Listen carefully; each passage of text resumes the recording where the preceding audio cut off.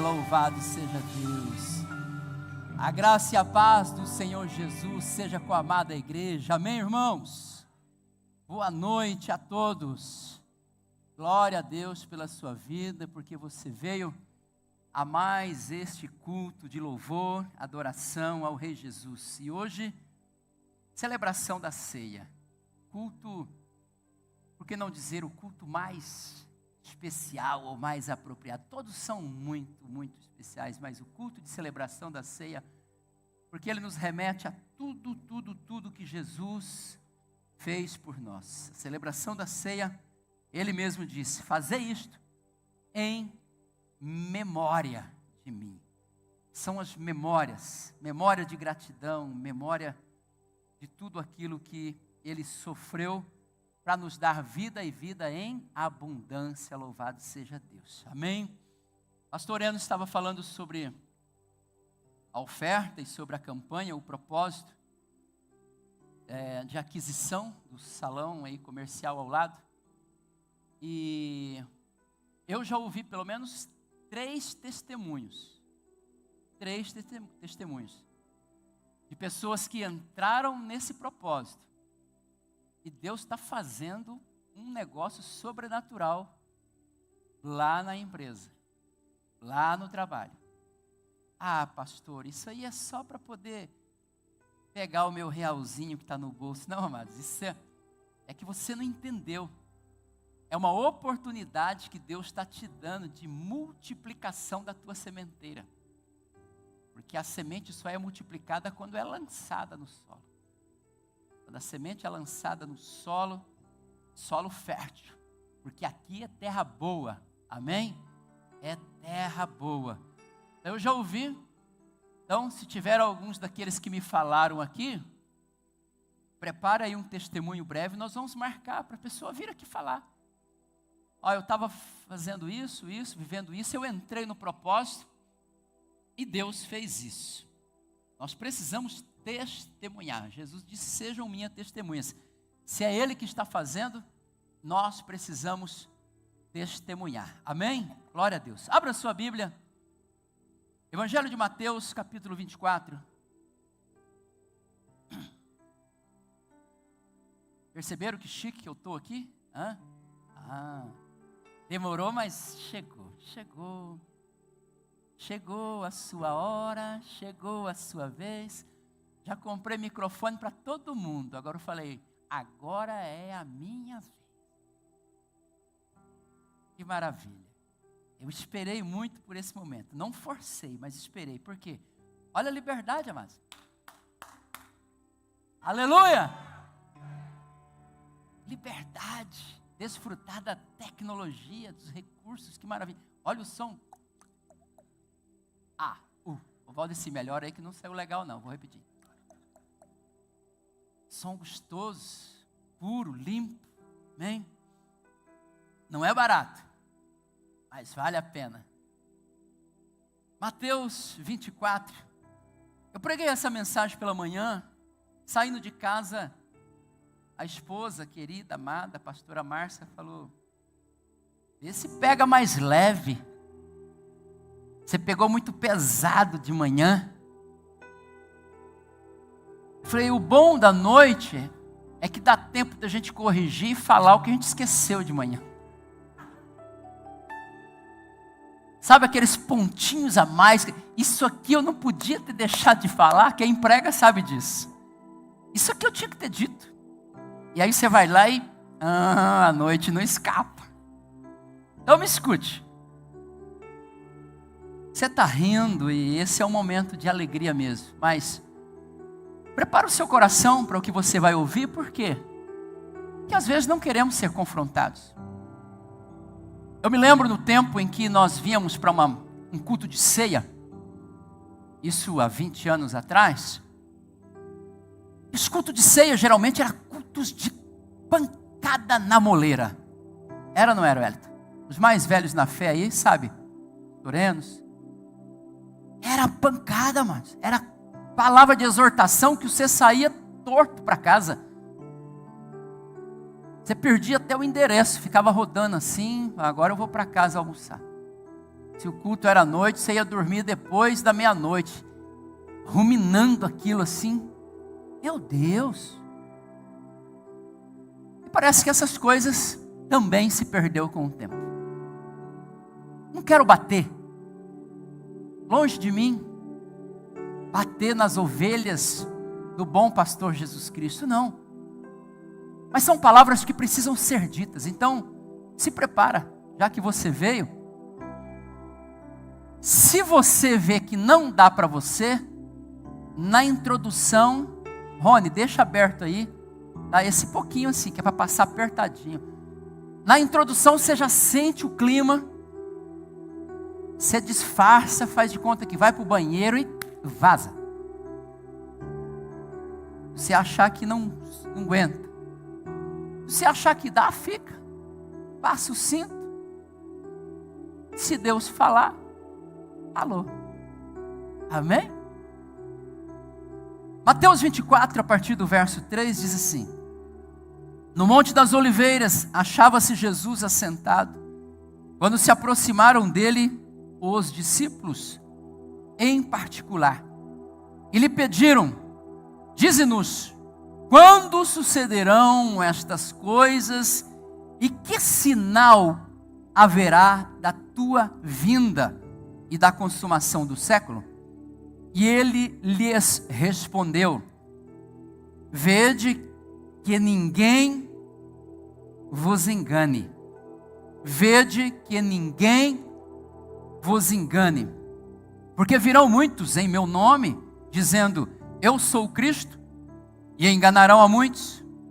E certamente ouvireis falar de guerras e rumores de guerras. Vede, não vos assusteis, porque é necessário assim acontecer, mas ainda não é o fim. Porquanto se levantará nação contra nação, reino contra reino, e haverá fomes e terremotos em vários lugares. Porém, tudo isto é o princípio das dores. Então sereis atribulados e vos matarão. Sereis odiados de todas as nações, por causa do meu nome. Nesse tempo, muitos hão de se escandalizar, trair e odiar uns aos outros. Levantar-se-ão muitos falsos profetas, e enganarão a muitos. E por se multiplicar a iniquidade, o amor de quase todos se esfriará. Ou o amor se esfriará de quase todos. Aquele, porém, que perseverar até o fim, esse será salvo. E será pregado este evangelho do reino por todo o mundo, para testemunho a todas as nações. Então virá o fim. Feche teus olhos, vamos orar mais uma vez. Pai, é no nome do teu Filho Jesus que nós estamos aqui, como igreja do Senhor, reunidos por um propósito, reunidos para uma missão, reunidos para proclamar, declarar o teu nome, para sermos testemunho dos teus feitos. Se chegamos até aqui foi porque o Senhor nos ajudou. Chegamos até aqui foi porque o Senhor nos sustentou. O Senhor nos guardou dos perigos, dos males físicos e também dos perigos e males espirituais. E hoje estamos aqui. Então, fala conosco mais uma vez. Eu quero ser apenas um instrumento em tuas mãos. Usa a minha vida, Espírito Santo. Fala com a igreja enquanto eu estiver pregando, que o Senhor esteja falando, trazendo à mente memórias de situações que precisam de uma solução, de resposta, e precisam de um posicionamento. Assim eu oro, no nome de Jesus. Amém. Louvado seja Deus. Eu quero falar sobre esse tema aí na tela. Perigos silenciosos que estão instalados na igreja do Senhor. Como pastor, eu carrego uma preocupação, é claro. Jesus confiou a mim uma responsabilidade: conduzir um povo, cuidar de um rebanho, tendo a plena consciência que esse rebanho não me pertence, Essas ovelhas não são minhas, essas ovelhas são dele. Mas há uma responsabilidade sobre a minha vida. E a igreja, ela vive um momento delicado, um momento crucial. O texto que lemos fala sobre o fim dos tempos. Jesus está ensinando os discípulos e dizendo a eles, respondendo, na verdade, questionamentos do coração dos discípulos. Senhor, dize-nos, nos fala como vai ser os dias do fim, da consumação. Se o Senhor é Deus e assim nós cremos, nos mostra. E perceba bem, queridos, que Jesus não começa falando sobre guerras, rumores de guerras. Jesus não dá uma resposta para os discípulos dizendo para eles se preocuparem com as guerras, nação contra nação, reino contra reino. Não, não é nada disso. A resposta primária de Jesus é outra. Ele vai dizer para eles, tomem cuidado, para que vocês não sejam enganados. É sobre esse tema, perigos silenciosos, que estão instalados em muitas igrejas, em igrejas novas, como a IBN Família, que tem apenas 8 aninhos, talvez isso esteja se instalando ainda. Mas por isso o Senhor me levanta nesta noite como uma voz profética, para trazer uma palavra de alerta total contra esses perigos. Porque nós precisamos entender que existem coisas na vida que elas não chegam fazendo barulho, elas não tocam campainha, elas não soam nenhum tipo de alarme, elas não avisam, tampouco batem na porta, não. São situações, são coisas que entram sorrateiramente. É como uma neblina, é como uma fumaça que vai passando por debaixo da porta e entrando silenciosamente. E quando nós percebemos, o ambiente está corrompido, o ambiente está contaminado, o estrago já foi feito. Por quê? O ambiente foi tomado. Eu dei o exemplo pela manhã e repito agora pela noite. É como o cupim, que quando começa a agir em uma determinada casa, e aqui nós tivemos muito disso no passado, agora as casas são praticamente todas de alvenaria, difícil uma casa de madeira, mas lá atrás, quando chegamos aqui, todas as casas eram de madeira. E era muito natural isso, você ter que entrar com um processo de detetização. Eu busquei essa palavra de manhã, não achei, agora a mente veio, detetização. Para você combater essa praga chamada cupim. E o cupim não age de fora para dentro, ele trabalha de dentro para fora. E pensando nisso, eu me lembrei, uma certa vez lá em casa, uma casa de madeira, e era pintada com tinta a óleo, e nos rodapés, o cupim entrou, e ele comeu toda a madeira por dentro, e ficava apenas uma casquinha de madeira por fora, junto com aquela tinta. Você olhava por fora, estava bonito, estava brilhoso, tinha tinta, tinha verniz, mas se você batesse, você ia ver que por dentro estava oco. Se você apertasse, então ali aparecia o buraco, porque estava tudo corrompido por dentro. Os perigos na vida da igreja, eles trabalham dessa mesma forma, como um cupim. Eles vão trabalhando por dentro, de uma maneira sorrateira, no silêncio, nas escondidas, e quando se percebe, o negócio, as bases já estão todas corrompidas e contaminadas. Nós tivemos dias atrás agora uma situação aqui na usina hidrelétrica da cidade de Colíder.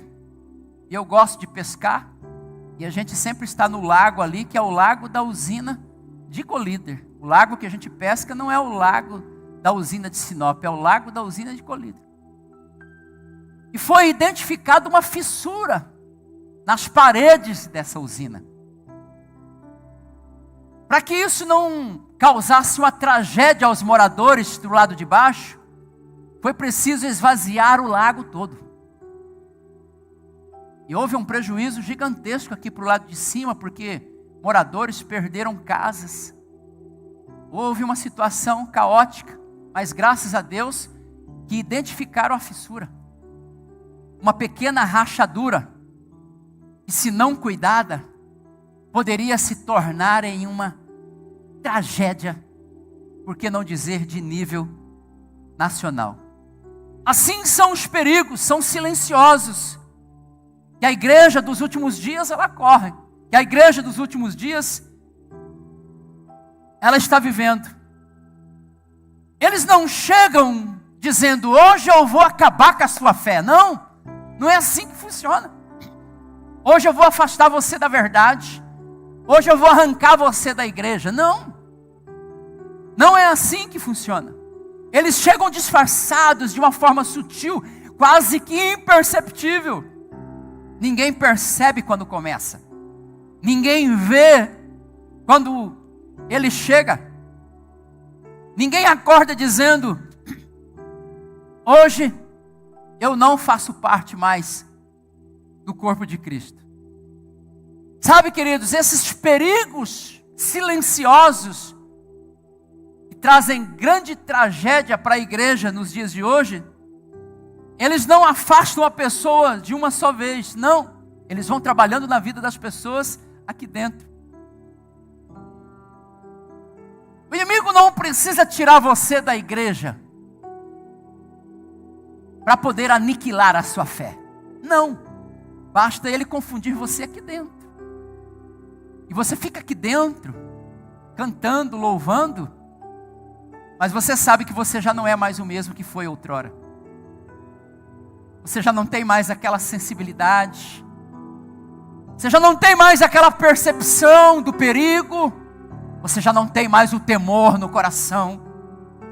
Você já não tem mais aquele desejo, aquela fome pela palavra, pela oração, pela consagração, pelo jejum. Os cultos se tornaram em rituais de compromissos religiosos. Eu quero falar sobre 3 perigos que a igreja corre nesses dias e que não percebe. E o primeiro deles é a resposta que Jesus dá no versículo 4 do texto que lemos. E ele lhes respondeu: vede que ninguém vos engane. Vede que ninguém vos engane. Sabe, queridos, talvez esse seja um dos maiores perigos da igreja nos dias de hoje. Eu tenho dito para a minha liderança, tenho dito para a igreja também que uma busca que nós precisamos fazer frequentemente é a busca pelo discernimento de espíritos. Tenho dito ou não tenho? Busque pelo dom de discernimento de espíritos. Busque por esse dom, porque ele está disponível para todo aquele que crê no nome de Jesus. Porque nós precisamos discernir o mundo e o campo espiritual em que nós estamos vivendo, amados. E muitas pessoas, por não discernir a vida espiritual de alguém, não sabem que espírito que está agindo ali. E quantas pessoas na igreja hoje estão sendo enganadas por falsos profetas? São esses que Jesus vai relatar em primeiro lugar.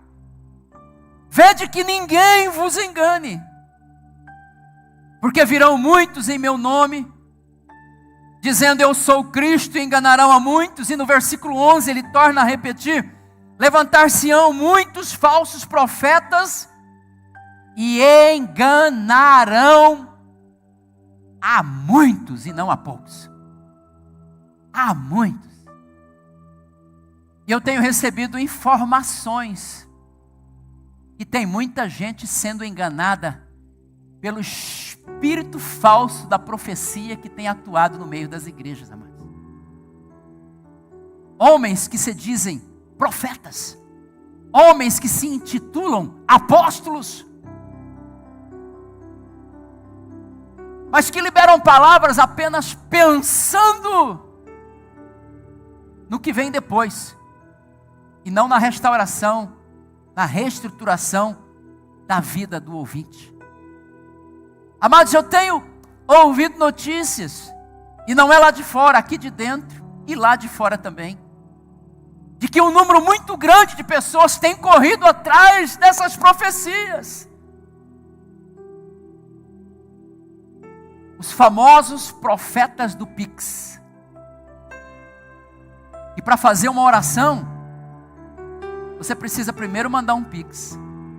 Quando não manda no começo, tem que mandar depois, porque ele encontra um jeito de te cobrar. Encontra um jeito. E eu tenho visto pessoas, eu tenho visto famílias, eu tenho visto casamentos sendo destruídos, porque as pessoas estão se colocando nas mãos desses falsos profetas.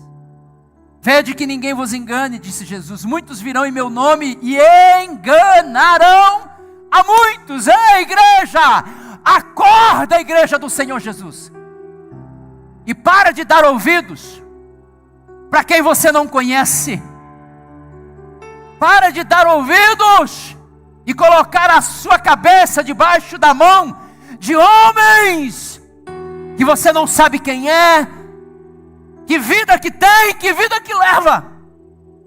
E eu digo pelos que eu conheço, não quero negligenciar, a maioria são fraudulentos, a maioria são mal pagadores, a maioria não tem família, não tem esposa, quando é mulher não tem marido. A maioria. Tenho ouvido, pastores, tem chego no meu gabinete esse tipo de conversa. Uma profetaiada espalhada pela cidade aí, só pensa no dinheiro. No dinheiro. A Bíblia os chama de avarentos. Paulo, Jesus e todos os demais, Pedro, apóstolos de Cristo Jesus, exortam esse tipo de prática de uma forma muito severa. Mas engana. Por quê? Porque o engano, ele se parece muito com a verdade, mas não é verdade. Sabor verdade.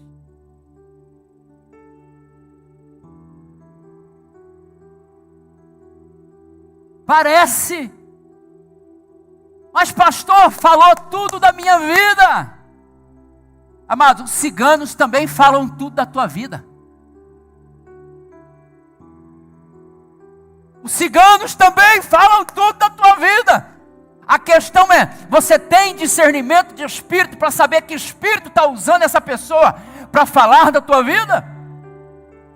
Paulo, uma certa vez, quando chega em Filipos, ficou inquieto, porque uma moça caminhava atrás dele durante dias, enquanto eles estavam indo para a oração, e a moça dizia: esses homens são servos do Deus Altíssimo, e proclamam e anunciam a verdade do Senhor. Você quer uma palavra melhor que essa? É preciso ter discernimento de espírito para saber que é um demônio que está falando. Paulo voltou-se para a jovem, para a moça, e disse: sai dela, espírito de adivinhação. E a moça foi liberta naquele dia. Parece verdade, mas não é verdade. Cuidado. O perigo do engano é que ele se parece muito, mas não tem verdade ali. Nem todos que falam em nome de Deus são homens de Deus. O engano não entra como mentira, o engano entra como uma verdade distorcida. Mas sempre há um gatilho para uma armadilha logo depois. Ei, cai na real. Cai na real. Faz uma avaliação. A maioria das pessoas que eu conheço que vivem uma vida inteira em busca de profetas,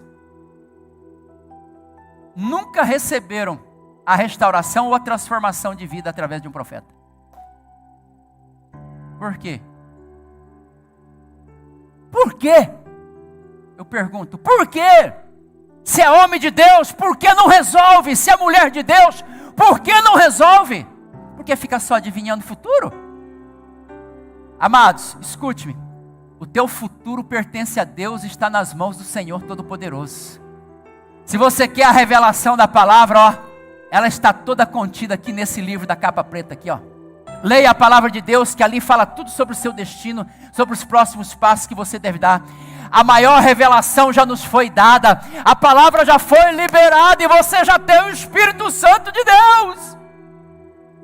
Pastor, o senhor está dizendo que eu não devo mais crer em profecia? Não é isso que eu estou dizendo, porque eu creio em profecia. A minha vida é resposta de profecia. Mas você nunca me viu e nunca vai me ver correndo à casa de profetas. Não, não vai me ver. E escute-me, hoje falo como pastor de igreja e como pastor sobre a sua vida.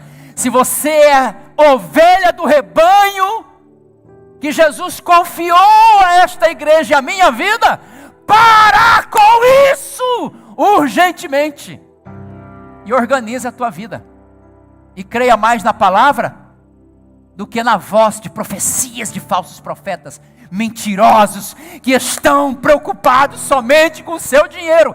Faz um teste, faz um teste, bobinho. Para de dar dinheiro e sinta a reação dessa pessoa e você verá. Para de dar dinheiro. Porque tem uns que já estão até, eu esqueci de novo, favoritos do Pix. Tem uns que o nome, Dr. Rogério, Pastor Rogério, o tempo chega, o tempo passa e a hora chega. Tem uns que estão lá no favoritos do Pix, porque é tanto Pix, é tanto Pix. E aí sempre tem um sonho, aí sempre tem uma revelação, mas por detrás de um sonho e de uma revelação tem sempre uma segunda intenção. O Pix vai vir logo em seguida. Já está no favorito?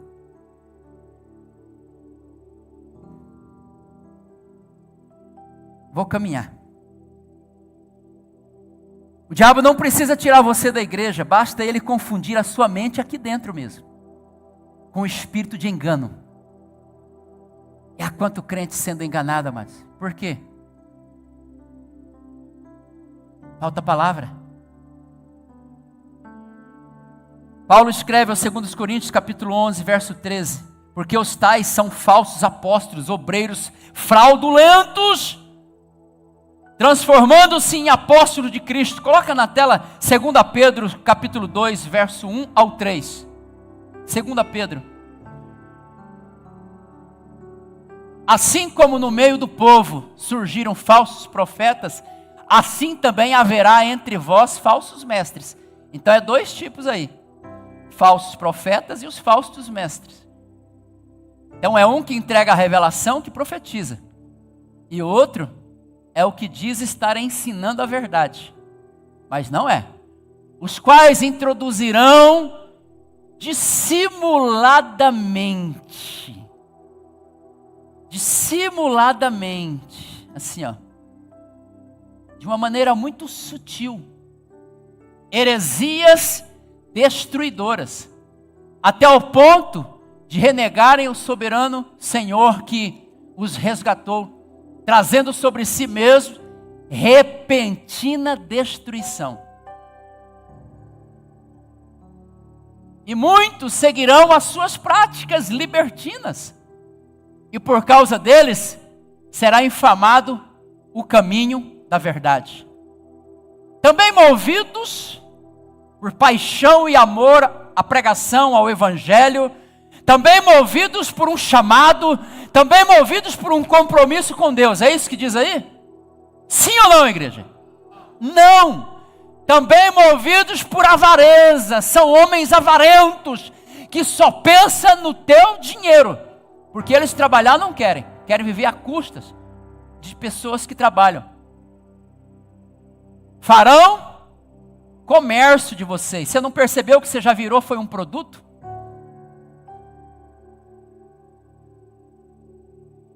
Você virou um produto. E nem percebeu. Farão comércio de vós com palavras fictícias. Sempre tem um lance novo. Sempre tem um revelamento novo. Sempre tem. Para eles o juízo lavrado a longo tempo não tarda. E a sua destruição não dorme. Deus vai julgar essa tropa aí. Deus vai julgar essa cambada aí. Como pastor, não só somente sobre essa igreja, mas como um pastor dessa cidade. Eu não posso ficar calado, amados. Eu não posso ficar calado. Tem um que vinha aí e fazia um monte de evento, deu uma desaparecida. De vez em quando ele aparece. Conhecido nacionalmente. Vem aí, rapa o dinheiro do povo e vai embora. Eu conheço a fera. Você não conhece, eu conheço. Aí o camarada chega, aí alguém é amigo do amigo do amigo. E liga para você, e fala, ó, tem um profeta na cidade. Revela tudo. Teu CPF, o número do teu calçado, o endereço da sua casa, revela tudo. O que eu quero saber com CPF, número de casa? O que eu quero saber, amado? Eu nunca vi um profeta desse chegar assim e falar assim, ó, ei varão, endireita o teu caminho, nega o pecado porque você está em adultério. Eu nunca vi um Natan da vida desse, velho. Eu nunca vi um desses ser um Natan da vida. Chegar assim diante de um empresário desse aí e dizer, camarada, você está prostituindo, você está adulterando, endireita o teu caminho porque o juízo de Deus vai vir sobre você. Eu nunca vi um desse. Aí chega na cidade, sabe o que faz? A notícia corre. Um amigo fala para o outro, aí eles fazem reuniõezinhas nas empresas. E as ovelhinhas ingênuas, tadinhas, tudo atrás do revelamento, corre tudo para lá.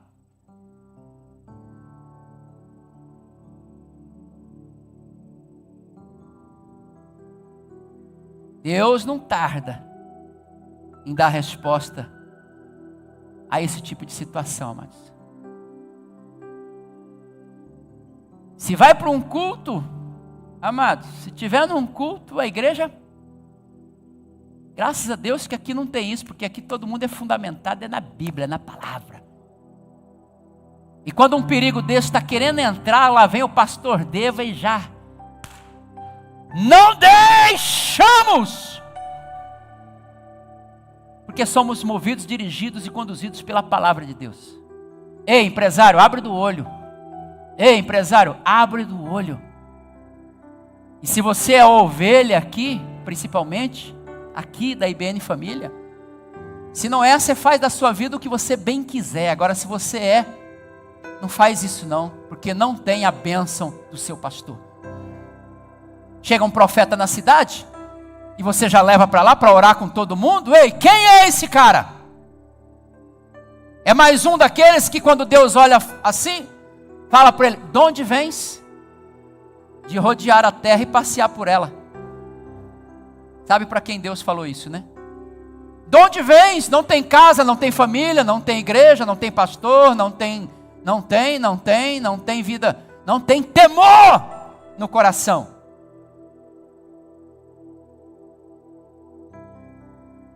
São perigos desses dias. E muita gente está sendo enganada. Outros perigos das práticas místicas, disfarçadas de espiritualidade. Esses dias me perguntaram, pastor, o que o senhor acha da constelação familiar? Eu sei que você foi. Não belisca não, que fica feio. Não cutuca que é pior. Sabe, queridos, essa ideia de cura, através de uma comunicação espiritual com os antepassados, esse negócio não é de Deus não. Eu vou repetir, esse negócio de cura espiritual através de uma comunicação com os antepassados, vai comunicar com o morto, esse trem vai dar ruim. Já basta o espiritismo. Se você está aqui, já é porque Jesus já te libertou de lá, louvado seja Deus para isso, porque o evangelho é para o espírita também. Mas invocação de demônios. Aí você entra nessas áreas e você abre janelas espirituais que você não vê e você não tem ideia. Lá no encontro, nós lidamos com a entidade, aí a gente tem que ficar uma semana de jejum para poder libertar Elias. As pessoas que muitos, sem saber, consciente ou inconsciente, o mundo espiritual vai agir na sua vida. E talvez não é na hora, mas lá na frente ele vai te dar uma resposta. É um negócio de crente, sabe, ir para a festa de Halloween, vai. É um negócio de crente, sabe, tudo no mundo espiritual comunica algo.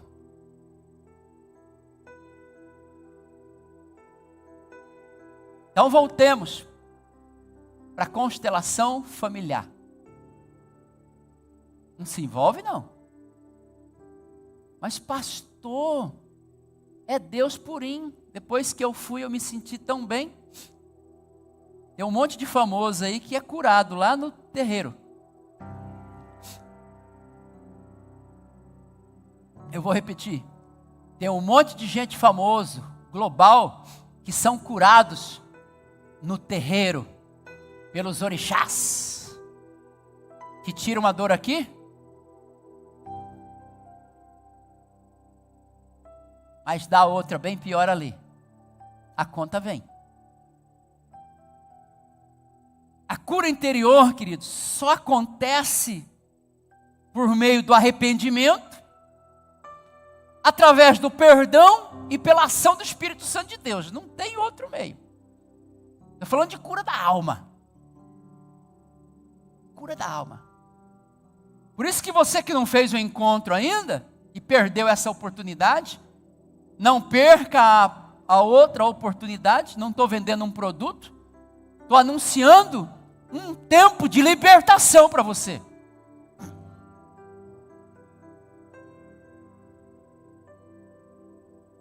Sem precisar mandar Pix. E o que você paga, a inscrição que você paga, não paga nem a comida que você come lá. Não paga, que encontro não dá lucro nenhum. Pelo contrário, se a igreja não bancar, não acontece. Não tem outros meios. Então a igreja está vivendo, queridos, um sincretismo espiritual, uma mistureba de tanta coisa no meio da igreja, e os crentes vão deixando.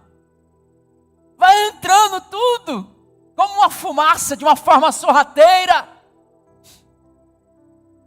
E a gente vai achando que é normal. O que que tem, pastor? Nada a ver. É normal, o que que tem? Sansão achou normal um narizeu e comer o mel no leão que já estava morto, que ele mesmo matou. Sabe o que isso nos mostra? Que ele achou normal achar doçura na podridão. Sair do caminho por um pouco de tempo e voltar para um inimigo que ele já tinha vencido. Achou que era normal. Terminou do jeito que terminou. Porque a gente vai quebrando os princípios aos poucos. Não é de uma vez. Ei, escute, não é de uma vez. O diabo não vai chegar aqui de tridente e capa e dizer: ei, o seu lugar não é na igreja. Não é assim que ele vai fazer.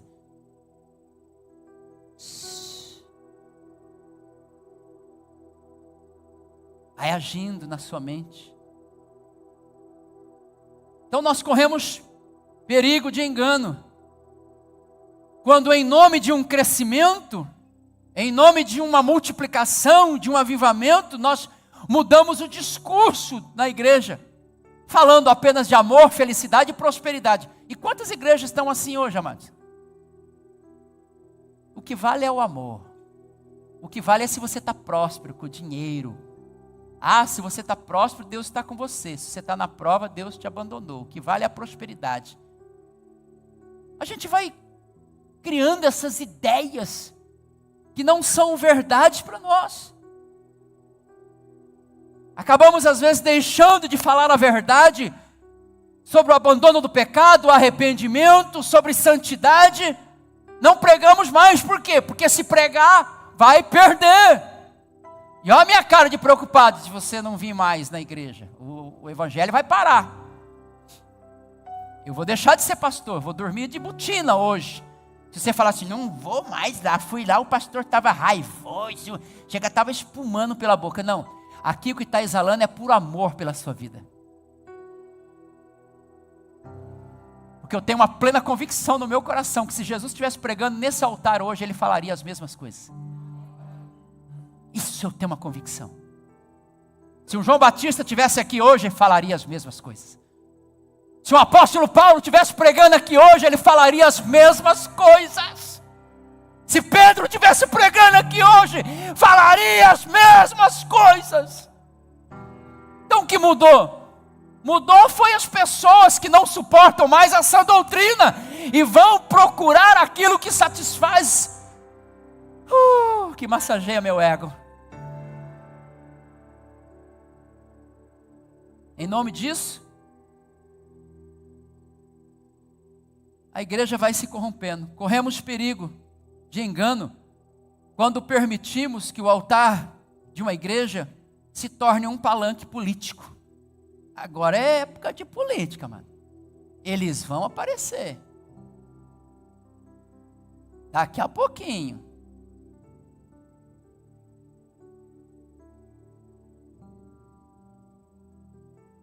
Daqui a pouquinho eles começam a bater na porta. Escute-me. Nada contra a política. O Brasil precisa de uma boa política para ser gerido. Não dessa corrupção terrível que está aí. Isso é principado. Isso é demônio. Isso é potestade. Isso é no mundo espiritual que vence. Essa luta, essa guerra não é contra sangue e carne. Isso é a igreja de joelho, oração e jejum para destronizar um principado. Quando um principado sobre uma nação é destronizado, cai o principado, amados, limpa. É igual aconteceu lá em El Salvador. Cai um principado, limpa a nação. Então quem tem essa responsabilidade é a igreja. Não adianta ficar xingando o presidente, amaldiçoando, praguejando. E nem achando que agora vai também. Agora vai. Agora vai. Igual o menino, agora eu pego. Então, mas é ano de política. Mas muitas igrejas, e isso entrou de uma forma muito sorrateira, estão vendendo os púlpitos em troca de verbas políticas para a promoção de eventos. Isso é o perigo. Graças a Deus, aqui a gente respeita as autoridades constituídas aí, os políticos. Se chegar aqui, nós vamos orar. Posso fazer menção, está conosco aqui o nosso presidente da república sentadinho no lugar dele. Aqui a autoridade sou eu. Sabe que os pastores, a maioria, líderes espirituais, a maioria deles, eles se tornam reféns desses homens, quando na verdade, não foi Davi que foi lá dar de dedo na cara do profeta Natã, foi o profeta Natã que foi lá dar o dedo na cara de Davi, que era o rei, dizendo, endireita a tua vida, rei. Porque no mundo espiritual, a autoridade que nós ocupamos está acima da autoridade política. Não foi eu que escolhi isso. Então, agora não posso negociar o altar em troca de verbas. Se a igreja tem dinheiro para fazer, faz. Se não tem, nós estamos aí, ó. Estou brigando aí, 8 anos para tampar esse valetão. Cadê que tampa? Não tampa, porque eu não fecho parceria com ninguém. Se eu for lá e falar, está fechado, no outro dia as máquinas estão aí trabalhando. E se tiver alguém aqui ouvindo, pode levar o recado. Faço questão. Estamos brigando aí por um estacionamento. Aí eu fui com uma segunda proposta, com a nossa liderança, Alessandro está aqui, esteve comigo. Uma segunda proposta, isso já tem 1 ano, o projeto está aprovado. O layout tudo pronto, de um estacionamento que não é nem para a igreja, é para o estádio, e a igreja vai fazer uso disso. Cadê que sai? Não sai. Por que não sai? Falta parceria. Entrega o teu povo na minha mão, fecha comigo, e eu faço no outro dia. Mas aqui, graças a Deus, não tem isso. E o povo aqui já está fechado com Jesus. Vou negociar, povo. Teve pessoas aí na política passada para prefeito. Pastor, preciso de você e tal. Eu tenho consideração por políticos aqui, amo alguns aí, tenho consideração. Amado, eu já deixo claro, você tem o meu voto. Você tem o meu voto. Eu voto em você. Mas não vou me comprometer, porque o meu povo aqui é livre. Agora é claro, se alguém me perguntar, pastor, dá uma dica, dá uma indicação, como aconteceu? Claro que a gente está aqui para dar um direcionamento. Acho que não precisa nem falar sobre o que é certo e o que é errado para vocês, né? Ou precisa? Precisa sim, porque o óbvio tem que ser dito, né, pastor? Então você sabe, tudo aquilo que vai contra os princípios da palavra de Deus, que não é de Deus, amado, você olha, avalia, faz uma leitura e não vota. Quem é esse candidato? Quem é esse candidato? Quais são os seus princípios? Quais são os seus valores? É você que avalia. Ele é a favor ou é contra o aborto? Ideologia de gênero? Qual é a ideia desse candidato? Como ele pensa? É você que avalia. Está alinhado com a palavra de Deus? Está tudo certo. Não está? Está tudo errado. Não coloque ele lá, porque a intenção dele é destruir a igreja, os valores e os princípios de Deus, que a igreja luta para manter de pé ainda até hoje. E glória a Deus, porque eu tenho alguns lá dentro ainda que suportam o peso de estar dentro da política e não se corromper. Mas nós corremos muito risco de igreja ser enganada, mas chega um camarada, você sabe que no Brasil basta uma cesta básica, né? Um bujão de gás. Engano. Mentira, promessas, picanha. É picanha, eu trabalho e compro picanha. E como o dia que eu quiser, na temperatura que eu quiser, bem passada, mal passada, mas nunca depender para comer picanha. Vamos lá, perigo da incredulidade, esses dois aqui eu corro para a gente ceiar. Lucas 18:8 vai dizer assim, isso é um perigo silencioso também, a incredulidade. Quando vier o Filho do Homem, achará porventura fé na terra? Lucas 18:8, é Jesus que está dizendo, quando vier o Filho do Homem, ele vai achar fé na terra? Nos dias que antecedem a sua volta, será que a igreja ainda está fervorosa? Está na fé? Está firmado? Como está a sua fé? Você ainda acredita em Deus? Porque se você acredita em Deus, você acredita em cura. Se você acredita em Deus, você acredita em milagres. Se você acredita em Deus, você crê na restauração da família, do casamento, da vida. Se você acredita em Deus, você crê até na ressurreição de mortos, na libertação de cativos, mas isso é para quem crê. Agora, como anda a sua fé? Porventura achará a fé na terra? A incredulidade também não chega gritando. A incredulidade também não faz barulho, mas ela é capaz de paralisar o mover sobrenatural no meio do povo de Deus. A Bíblia diz que Jesus não pôde operar muitos milagres na sua terra, porque eles eram incrédulos. E a questão é, quem mudou? Quem mudou? Deus mudou? Sim ou não? Deus mudou, igreja? Diga, Deus não muda. Diga, Ele é o mesmo. Diga, ontem, hoje e amanhã, Ele é sempre o mesmo. Então, se Ele não mudou, quem mudou? Nós mudamos. Porque temos recursos. E por ter recursos, já não oramos mais. Vai na África. Você vê, não tem hospital, não tem UTI, não tem nada. Qual é a resposta que eles têm? A oração de um crente. Aí quando chega um crente numa aldeia, milagres acontecem, sobrenatural acontece. Por quê? É a única esperança. É a única esperança. Agora nós não temos mais Jesus como a única esperança, porque afinal de contas, há tantos outros recursos. Deus continua poderoso, mas muitos já não acreditam mais. E é interessante que você pode estar aqui na igreja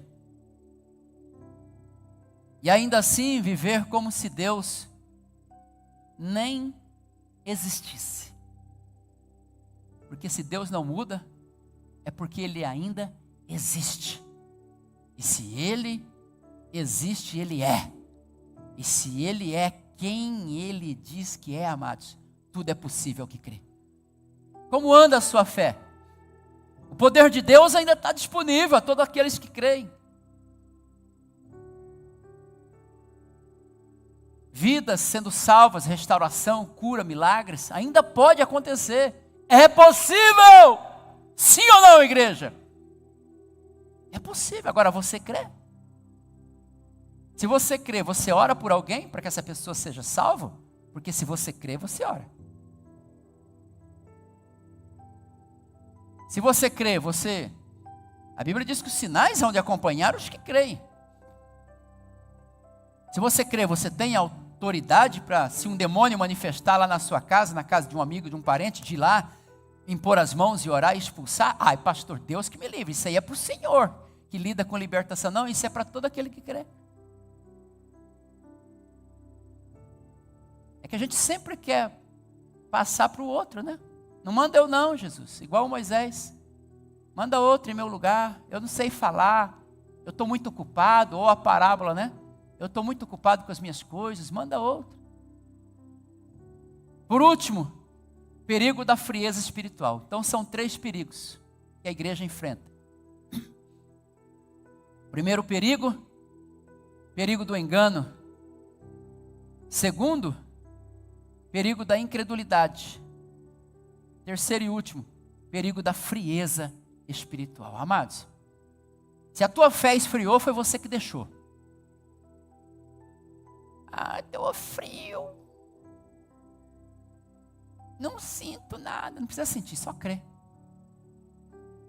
Não tem mais. Você que deixou chegar a esse ponto.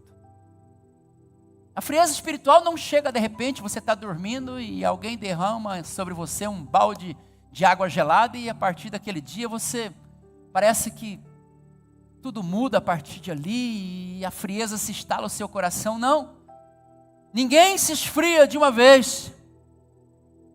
O fogo não se apaga de repente. Jesus disse no verso 12 do capítulo 24 de Mateus: e por se multiplicar a iniquidade, o amor se esfriará.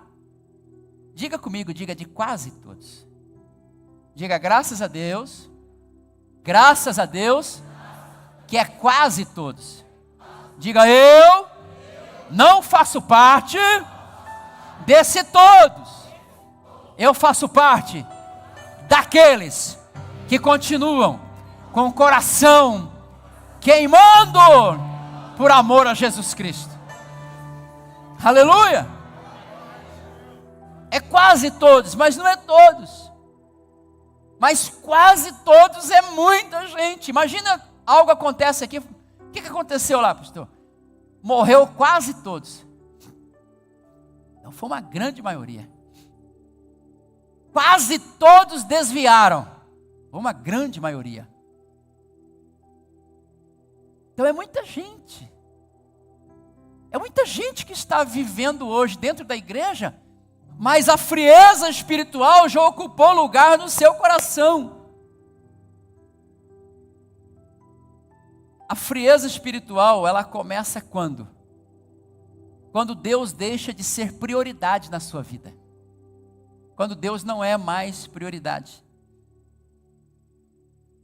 Porque a grande questão não é a falta de tempo, mas eu não tenho tempo. Não, a questão é prioridades.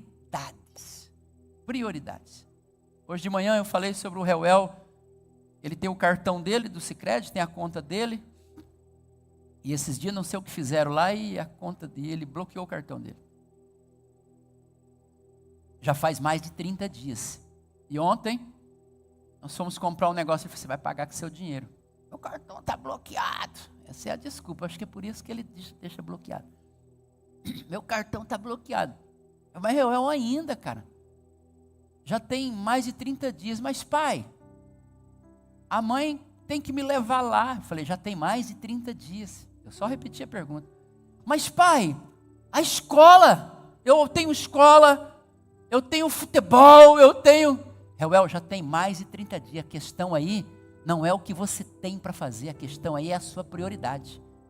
Se ir lá no banco desbloquear o teu cartão for prioridade, você vai trocar um treino. Um treino só da semana, que você treina todo dia. Você vai trocar um treino por ir lá no banco resolver esse negócio, filho. Sabe quando a igreja se esfria? Quando ela não troca mais, sabe, um treino. Porque Deus já não é mais prioridade. A oração na madrugada já não é mais prioridade. Foi o tempo que você vinha orar, e vinha e chorava e se ajoelhava, e clamava e jejuava, e acordava nas madrugadas e ia ler a Bíblia, e a sua Bíblia ainda tem folhas marcadas pelas lágrimas que você derramava. Foi-se esse tempo, e camote, e foi-se a glória de Deus. Ei, acorda e volta ao primeiro amor. Frieza espiritual não se instala assim, queridos. É porque Deus já não é mais prioridade. É por isso que já não tem mais fome da palavra. É por isso que não tem mais desejo de oração. É por isso que o pecado já não me incomoda mais. Santarrão demais. Claro, está frio. Para todo frio, qualquer crente é santarrão demais. Apocalipse 2,4, eu encerro aqui. Tenho, porém, contra ti, que abandonaste o teu primeiro amor. Lembra-te, pois, de onde caíste, arrependa-te e volta à prática das primeiras obras.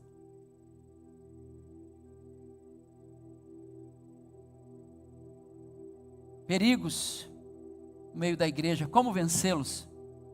Volte-se para a palavra, que a palavra é o único meio de te livrar.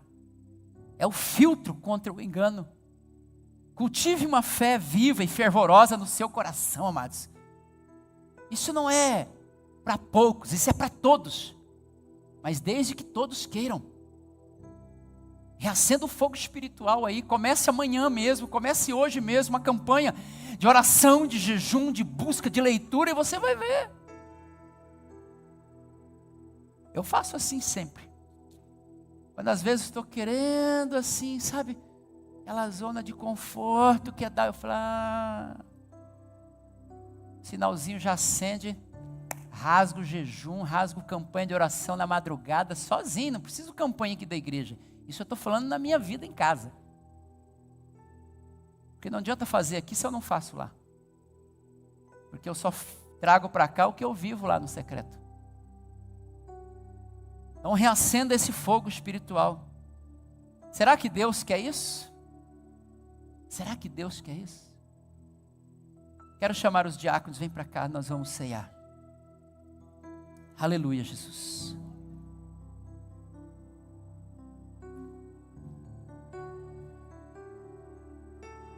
Peguei mais leve que de manhã. Pastor, está doendo. Jesus vai passar um metiolate aí agorinha, na correiada. Ai, pastor, hoje doeu.